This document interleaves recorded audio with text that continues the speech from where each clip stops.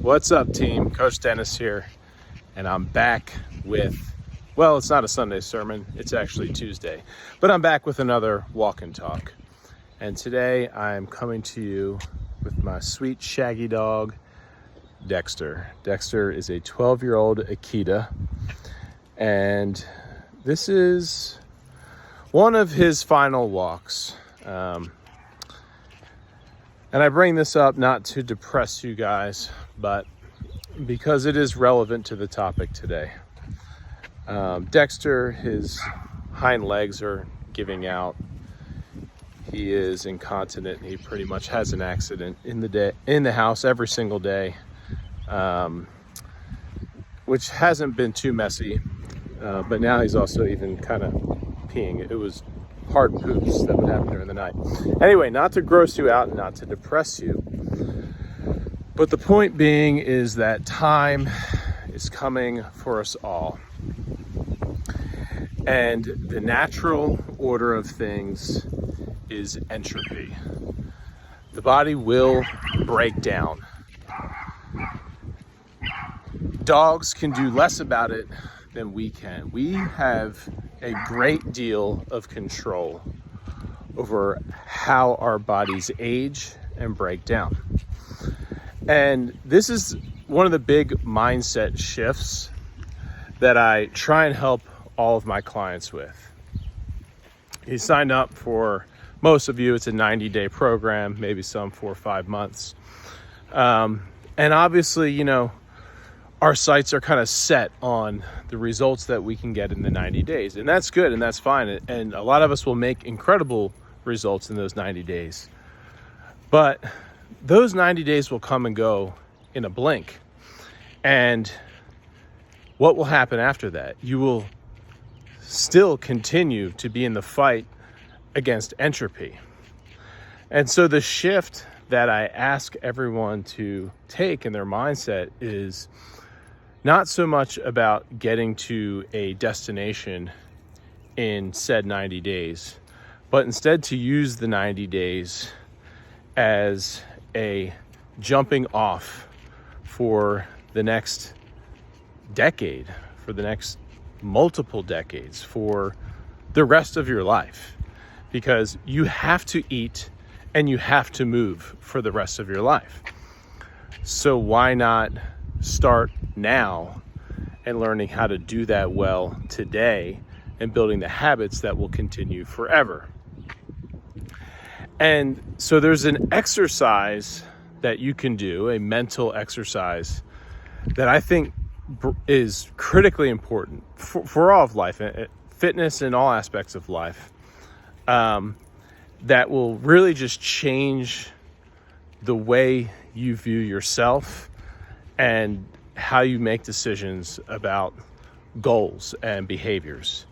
And so there's 2 extremes to this exercise. So exercise number 1, this is a stoic exercise, is to essentially envision yourself on your deathbed.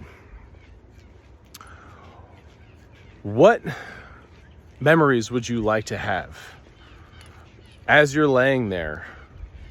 What would you like to look back on that will make you proud? What achievements would you like to be able to say that you have accomplished? What memories would you have liked to have formed? And then go make them. Start today. What are you doing now to ensure that you have that no regrets mindset on your deathbed? And that's the extreme example, but it can be very, very powerful, right? It could change the way we think about how much effort we're putting into work. Nobody really lying on their deathbed thinks, man, I really wish I worked 75 hours a week instead of 70, right? But they might say, hey, I wish I spent a little more time with my family. I wish I, took a little better care of myself. I wish I took that trip. I wish I did that marathon. I wish I climbed that mountain, whatever it is, right? And it's good to remember that there is an end to this. And our time is limited and time is coming. So what are we going to do today? And the other exercise, the less extreme, but something I think I practice almost at this point instinctually on a daily basis, is picturing myself about 10 years from now. Why 10 years? Mainly because it's a, kind of a nice round number. Sort of we, tick our life in decades at a time. But also I think they say every 7 years you are like literally physically a completely new person, like virtually, every cell in your body has regenerated at that point. I don't know if that's 100% true. I think some like brain cells and heart cells last 20, 30 years or something, but you get the point. Like skin, hair, nails, bones, everything, they've almost completely turned over and regenerated in about a decade. So like a decade, you can be a completely different person. And this is a really important point. 10 years from now, I'll be 50. And when I look around at what is a 50-year-old, there is such extremes to that spectrum.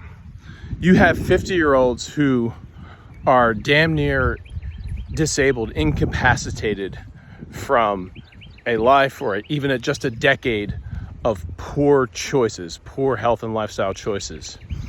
And you have 50-year-olds who are damn near Olympic athletes, maybe not quite Olympics, but truly elite physiques and health. And what's cool about 10 years is that wherever you're at today is almost irrelevant, because you could be either one of those in 10 years, depending on the habits that you have going forward, right? If you are the 40-year-old who is completely obese, overweight, disabled, you can completely reverse that in 10 years. God forbid you have some sort of genetic thing, but like you can truly become elite in 10 years time. And if you're elite today, you can let that go and become obese and sick and all types of ailments in 10 years. So I like that 10 years because anything is possible. And so, yes, 90 days, I hope if your goal is to lose 20 pounds, you lose 20, 30, whatever, and you get stronger and feel better. I want that for you, obviously, because it's necessary, but it's necessary so that you can be that 10-year transformation and 20-year and so on. Again, it shouldn't be discouraging that the process goes forever, right? It's the opposite, because you need to fall in love with the process and then realize that it's a privilege that you get to choose what you eat. It's a privilege that you get to work out, and then fall in love with that and do it and see what that will actually do for you and where that will actually take you in a decade's time. And there will be no turning back. There will be no regrets. And you'll be on that deathbed saying, so happy that I met Dennis. No, I'm just kidding. I'm so happy that I made these decisions.